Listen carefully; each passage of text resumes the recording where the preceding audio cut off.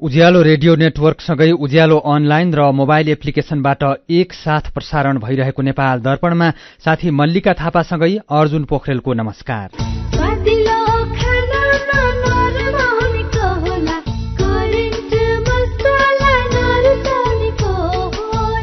नेपाल दर्पणको साथमा करेन्ट मसला र करेन्ट चिया, स्वादको झट्का। नेपाल दर्पण सुरु गरौं मुख्य खबरका शीर्षकहरूबाट। समानुपातिक सांसदको लागि नामावली सच्याउन दलहरूलाई निर्वाचन आयोगको पत्र। केही दलले समावेशी प्रतिनिधित्व नै गराएनन्, कतिपयले आफ्नो सीट संख्या भन्दा धेरै व्यक्ति सिफारिस गरे। 6 महिनामा सरकारको आमदानी भन्दा खर्च धेरै, राजस्वले चालू खर्च धान्न पनि मुस्किल। जलविद्युत आयोजनामा सुरक्षा प्रदान गर्न सरकारसँग स्वतन्त्र ऊर्जा उत्पादकहरूको माग। जलवायु परिवर्तनका कारण पर्वतीय क्षेत्रमा समस्या बढ्दै, जलवायु परिवर्तनको असर कम गर्ने मुद्दामा राजनीतिक प्रतिबद्धता आवश्यक रहेको विज्ञहरूको भनाई। औद्योगिक क्षेत्रमा, कृषिका क्षेत्रमा, रोजगारीका क्षेत्रमा जलवायुको विषयलाई समेटेर नहेर्ने हो भने चाहिँ राजनीतिक नाराहरू खोक्रा नाराकै रूपमा रहनेछ। आमाले खाएको खानाबाट गर्भमा रहेको भ्रूणले पनि स्वाद लिने गरेको वैज्ञानिकहरूको निष्कर्ष। बेलायतमा थेरापिक उपचारबाट एक किशोरीको क्यान्सर पूर्ण रूपमा निको। र काठमाडौँमा भएको 18 वर्ष मुनिको एसियाली रग्बी प्रतियोगितामा दक्षिण कोरिया र युएई च्याम्पियन, वेस्ट इन्डिजसँगको टेस्ट क्रिकेट श्रृंखला अस्ट्रेलियाले जित्यो। तपाईलाई थाहा छ, आत्महत्याको सोच बारम्बार आइरहनु, आत्महानिको व्यवहार देखाउनु एउटा मनोसामाजिक तथा मानसिक स्वास्थ्य समस्या हो। यसको उपचार छ र उपचारपछि पूर्णतया निको भएर सुन्दर जीवन बिताउन सकिन्छ। तपाई वा तपाईको परिवारमा कसैलाई आत्महत्याको सोच आउने, प्रयास गर्ने जस्ता स्वास्थ्य समस्या भए 1166 मा फोन गर्नुहोस्। 1166 मा फोन गर्दा पैसा लाग्दैन। हामी तपाईलाई निशुल्क तथा गोप्य रूपमा यी सोचबाट बाहिर आउन मदत गर्दछौं। यो सेवा नमस्ते नेटवर्कबाट 24 घण्टा उपलब्ध छ। खुशी कसरी खुशी हुन्छ जब बने छैन कोही, आफ्नो भन्दैमा आफ्नो हुन्न सम्पर्कमा बस्या खै। सम्पर्कका लागि बलियो आधार नेपाल टेलिकम हो राष्ट्रकै सञ्चार।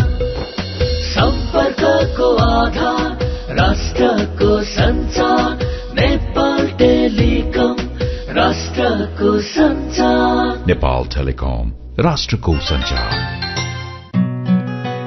विदेशबाट आयामी गरेको पैसा सिधै तपाईको मोबाइलमा लिन मिल्छ।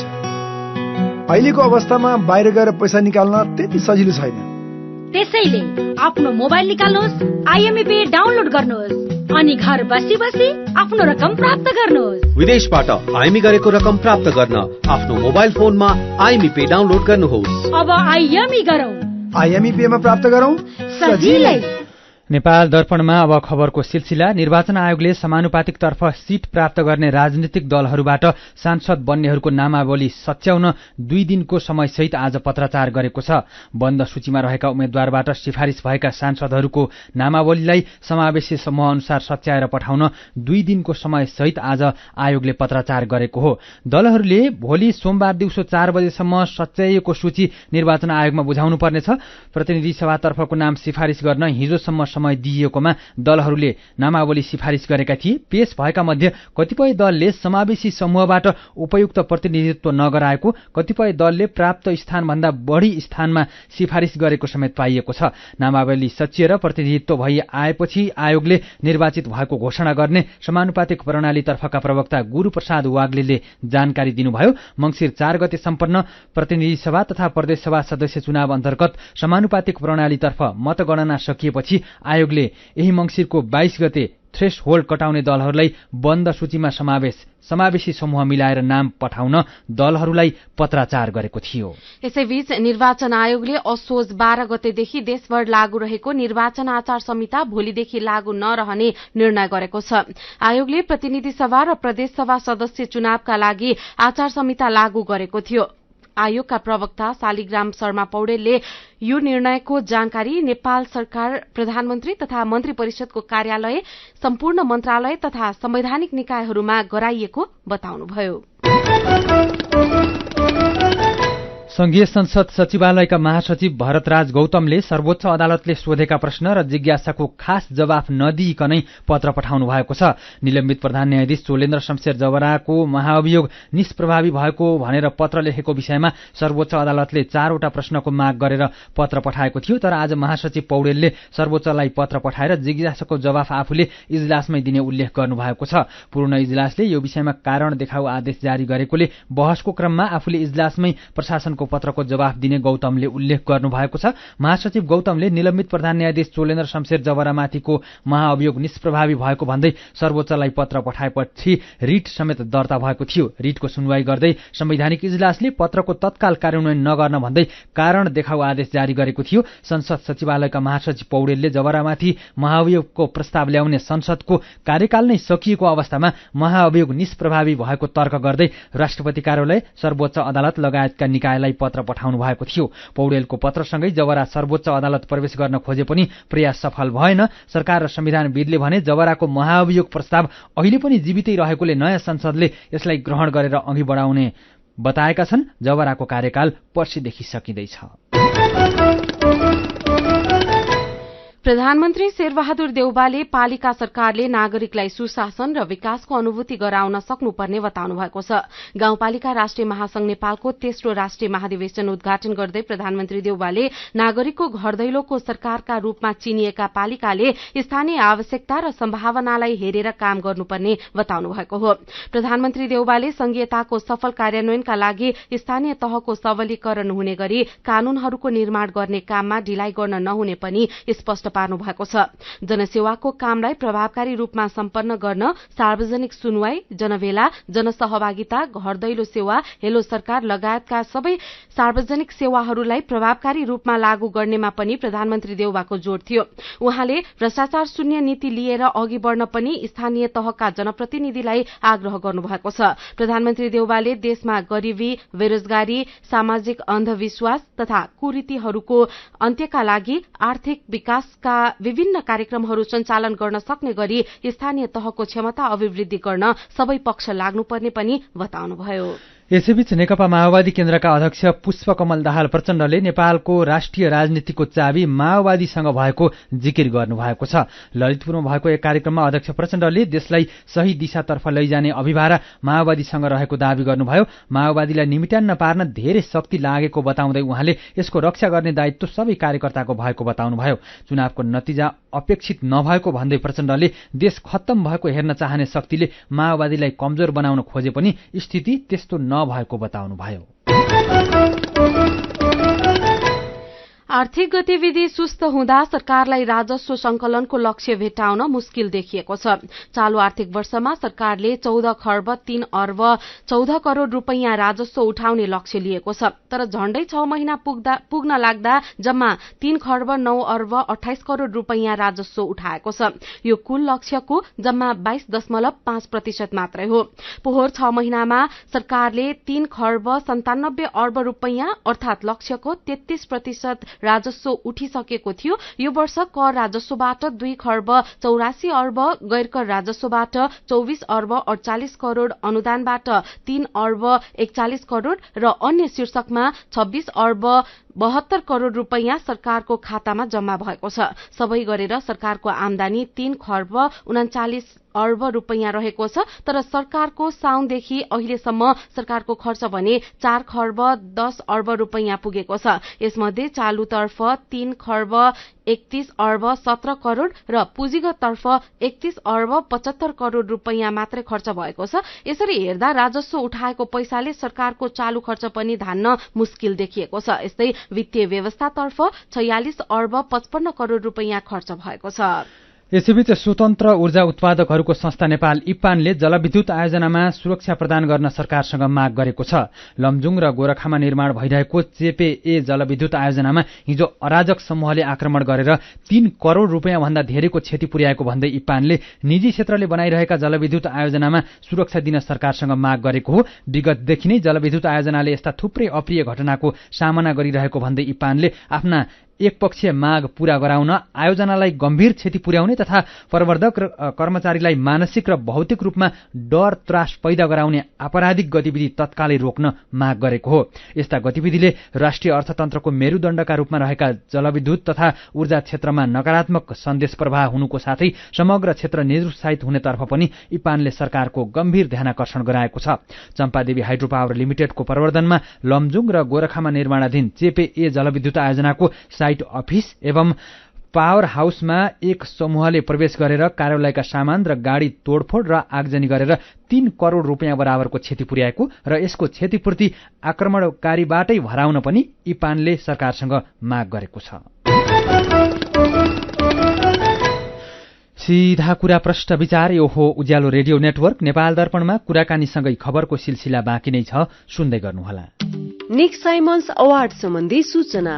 निक साइमन्स अवार्डका लागि स्वास्थ्य कर्मीहरूको सिफारिसको लागि सिफारिसको ढाँचा सहित सम्बन्धित सबै प्रादेशिक निर्देशनालयमा पत्राचार भइसकेकोले सो ढाँचा अनुरूप आफ्नो विवरणहरू भरेर यही मङ्सिर मसान्तभित्र सम्बन्धित प्रादेशिक निर्देशनालयमा पठाउनु हुन सबै स्वास्थ्य कर्मीहरूलाई अनुरोध गरिन्छ।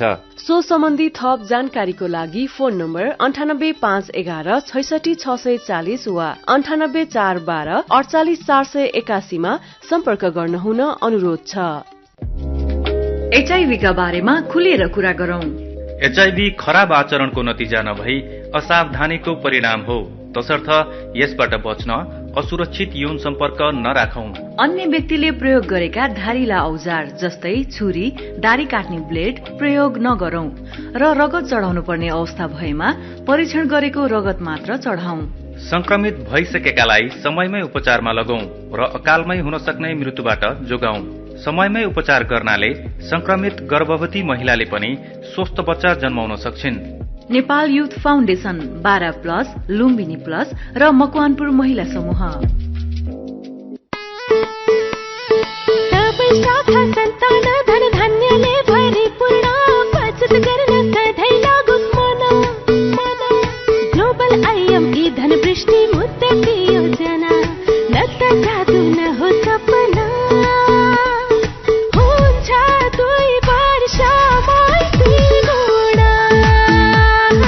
हजुर, ग्लोबल आयामी धनवृष्टि मुद्दती योजना निरन्तर बचत गर्ने बानीलाई प्रोत्साहन गर्दै प्रारम्भिक रकमको 10% त्रैमासिक रूपमा अन्तिम त्रैमास बाहेक जम्मा गर्दा प्रारम्भिक रकमको 2 गुणा 2 वर्षमै प्राप्त गर्न सकिने ग्लोबल आयामी ब्याङ्क, सबैका लागि ब्याङ्क।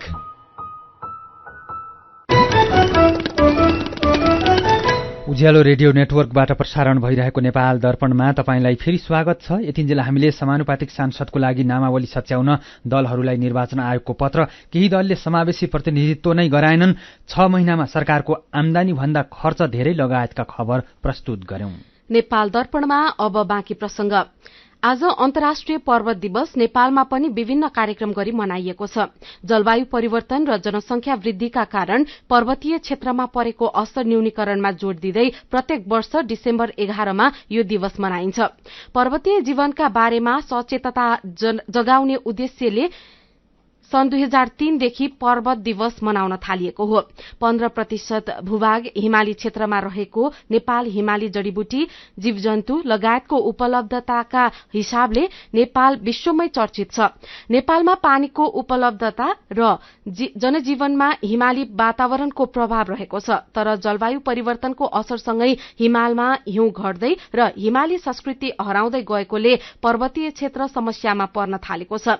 हिमालका आधार शिविरहरूमा आफूले देखेको भन्दा फरक दृश्य देखा परिसकेको पर्वतारोहीहरू बताउँछन्। हिउँ पग्लनु लगायतका समस्याले हिमाली क्षेत्रसँगै तल्लो पनि प्रभावित भइरहेको छ। यो समस्याको असर कम गर्ने कामका लागि ढिला गर्न नहुने विज्ञहरू बताउँछन्।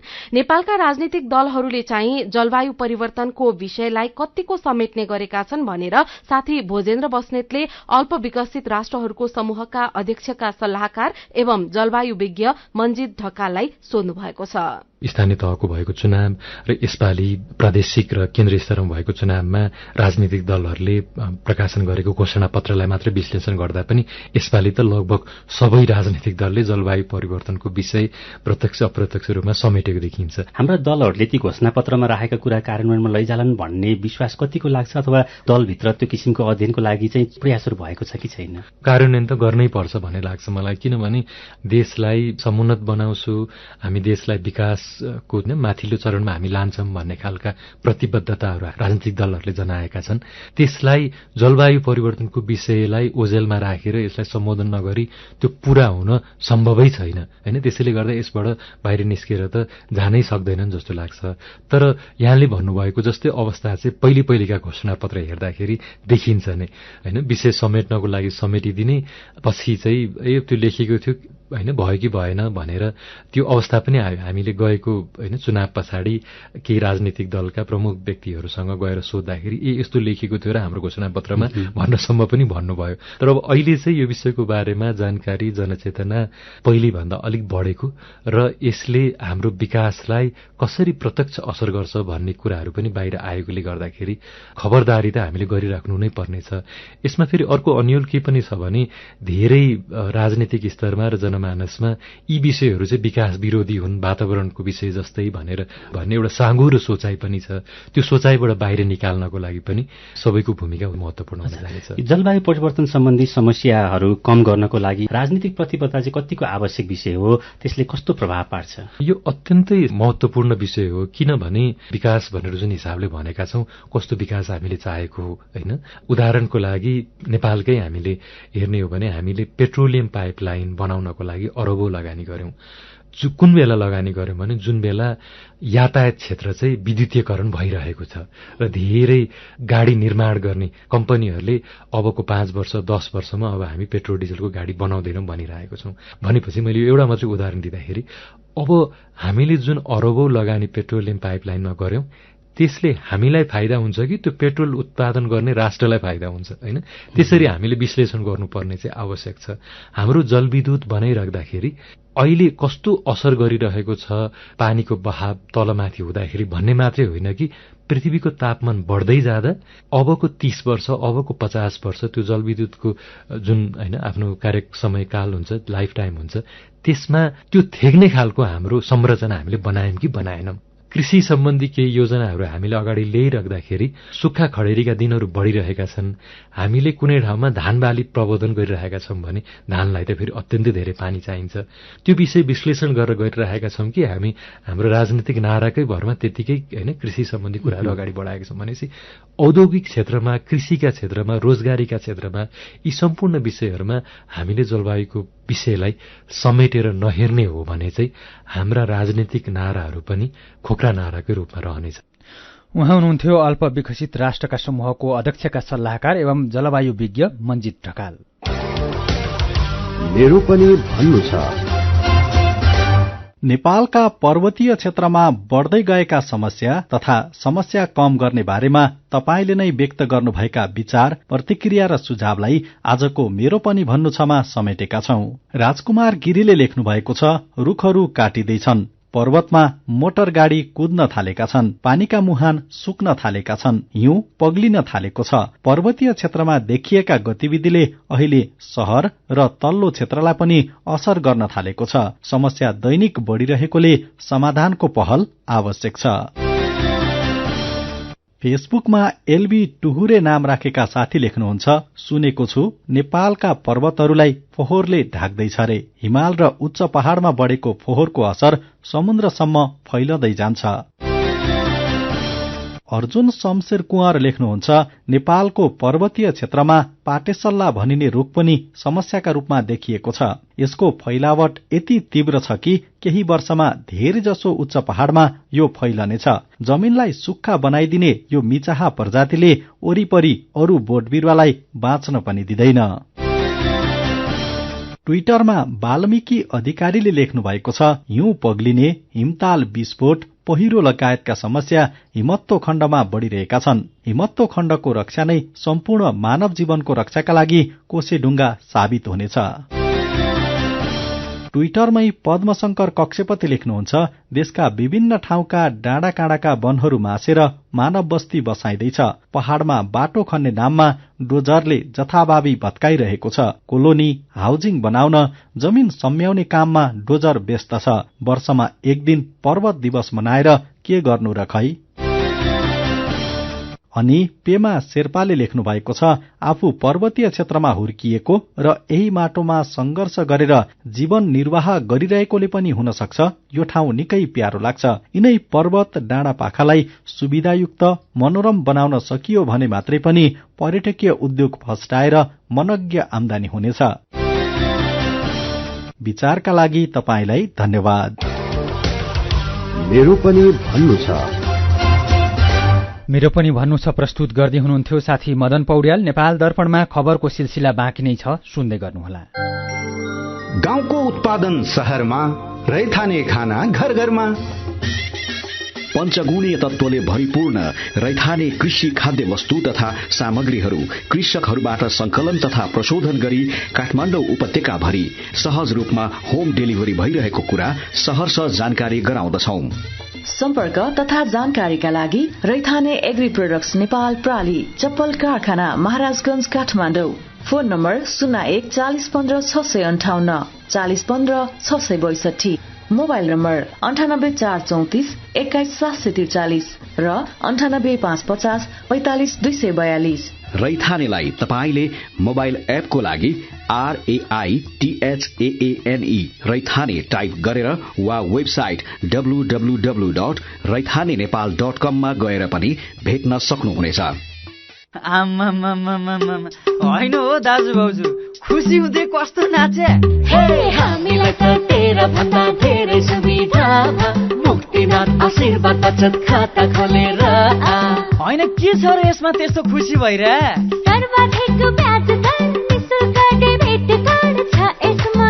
मोबाइल ब्याङ्किङ अनि गजबको बिमा।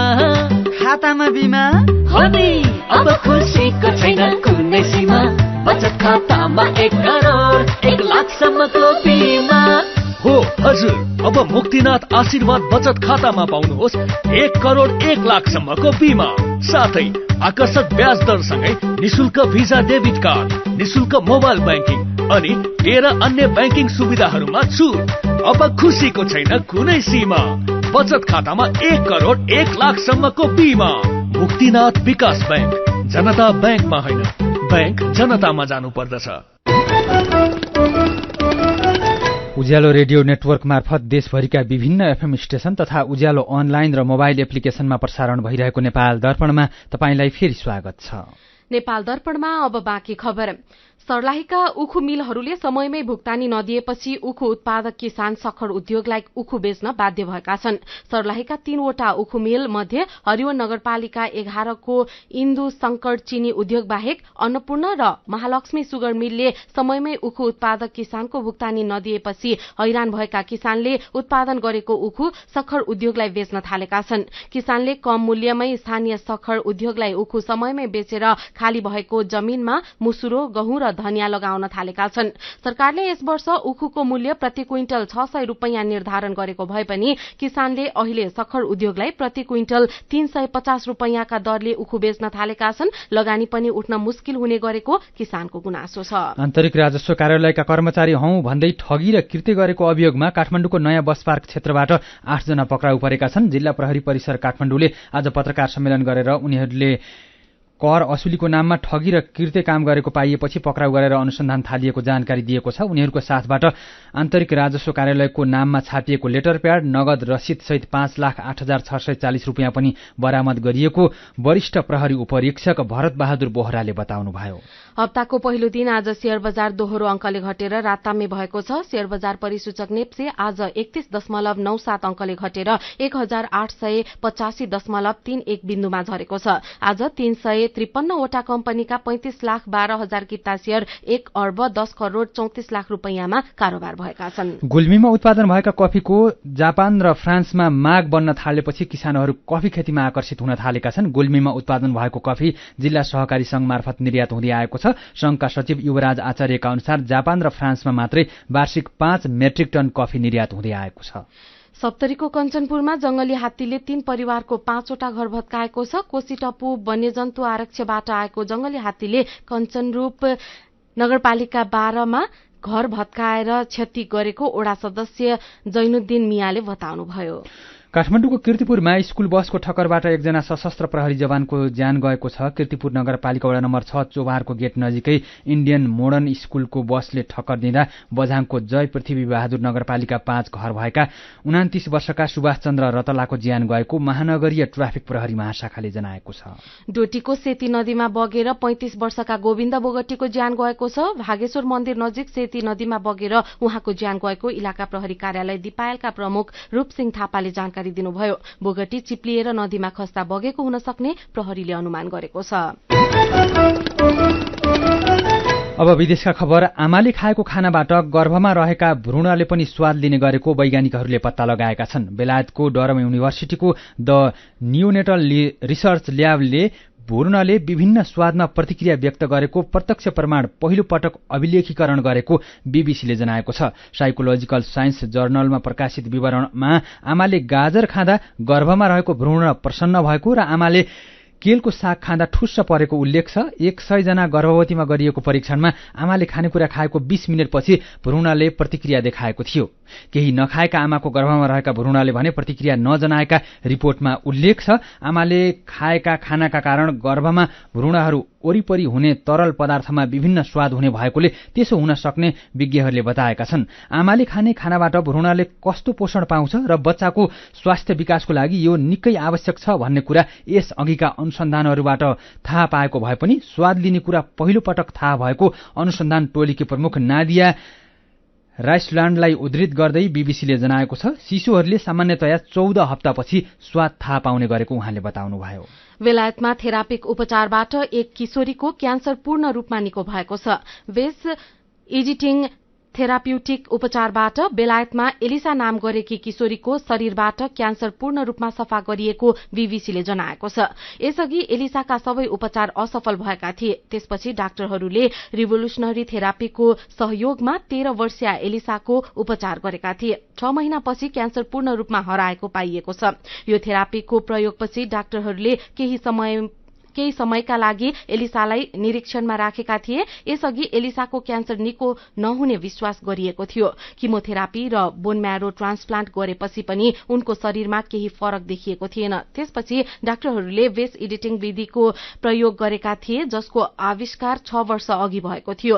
नयाँ विधिबाट किशोरीको उपचार सफल भएको र क्यान्सर रोगको निदानमा यो ठूलो उपलब्धि भएको खबरमा उल्लेख छ।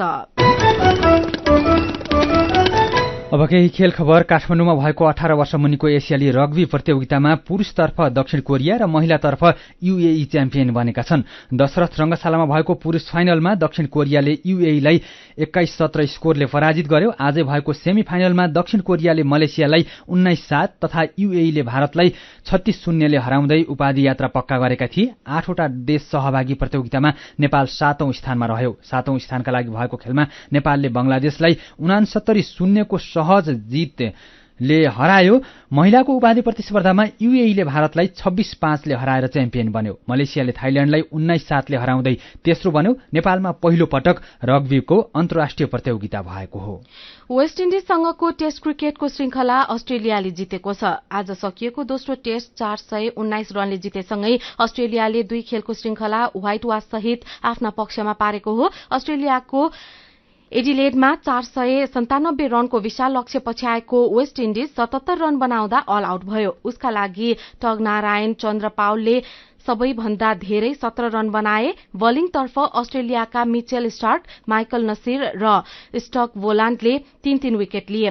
नाथन लायनको नाममा 1 विकेट रह्यो। विश्व टेस्ट च्याम्पियनशीपको तालिकामा अस्ट्रेलिया 12 खेलमा 108 अंक सहित शीर्ष स्थानमा छ। वेस्ट इन्डिज 11 खेलमा 54 अंकका साथ 7औं स्थानमा छ। र नेदरल्याण्ड्सको राष्ट्रिय फुटबल टोलीका मुख्य प्रशिक्षक लुइस भान गालले पदबाट राजीनामा दिएका छन्। विश्वकप फुटबलमा अर्जेन्टिनासँग पराजित हुँदै क्वार्टर फाइनलबाटै बाहिरिएपछि प्रशिक्षक गालले राजीनामाको घोषणा गरेका हुन्। भान गालले 2021 को अगस्तमा टोलीको प्रशिक्षण सम्हालेका थिए। उनको प्रशिक्षणमा नेदरल्याण्डले 20 वटा अन्तर्राष्ट्रिय खेल खेल्दा 14 वटामा जित र 6 वटामा बराबरीको नतिजा निकालेको छ। आफ्नो पद त्याग्दै 71 वर्षका भान गालले नेदरल्यान्ड्सको फुटबलको लागि लोभलाग्दो विरासत छाडेको उल्लेख गर्दै उनले खेलाडीप्रति गर्व समेत गरेका छन्।